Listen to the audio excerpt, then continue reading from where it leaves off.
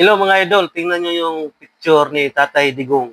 At saka yung nasa taas niya, yan yung isang vlogger na utak utak hipon, utak ipis yan. Tuwang-tuwa siya nung nalaman niya na hindi matuloy yung release paper ni Tatay Diggs sa daig. Diba? Ugaling demonyo. Ugaling satanas, mga ganyan. Tuwang-tuwa pa siya. Sipin mo,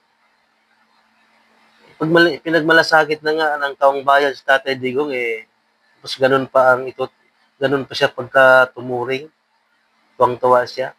Di ba, nasa demonyo yung ganun? Classmate ito ni Epipanyo Labrador, at saka ni Alfred Guzman, at saka yung iba pang mga vlogger na bayaran, mga trolls, magka-classmate to sila. Mga ugaling demonyo, utak hipon. Naamon ko kayo. Lahat ng sinisiraan ninyo, patotoo kayo. Halimbawa, sa Iglesia ni Cristo, naglabas kayo ng papel, totoo sinasabi ninyo. Mga iyaking trolls.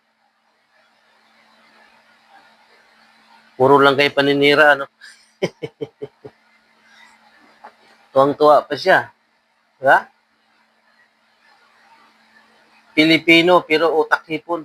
Akala ko ba yung mga Pilipino matatalino? Diba? Meron palang Pilipino na walang laman ng ulo. Kasi ang laman ng ulo, tae at saka utak na galo. Ganito sila.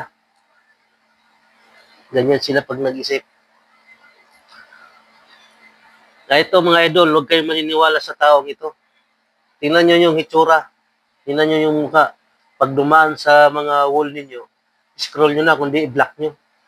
Dahil itong mga to, namimira ito. Pagka nag-comment ka sa kanilang video, sa kanilang in-upload, pera. Ito, kaya lang naman ginawa ko, hindi man ako makakapira nito eh. Ihayag ko lang sa taong bayan, ganito pala ang ugali nila. Pero walang nagbabayad sa akin na ganito gawin ko. Tandaan niyo itong mga mukhang ito. Ito yung mga salot sa lipunan, salot sa bansa. Wala na nga naitulong maganda, naninira pa. Itong mga to. Shout out sa'yo, boy. At sana, maliwanagan ka, maawa ang Panginoong Diyos sa'yo, magbago ka, pagkakataon pa. Shout out sa'yo, boy.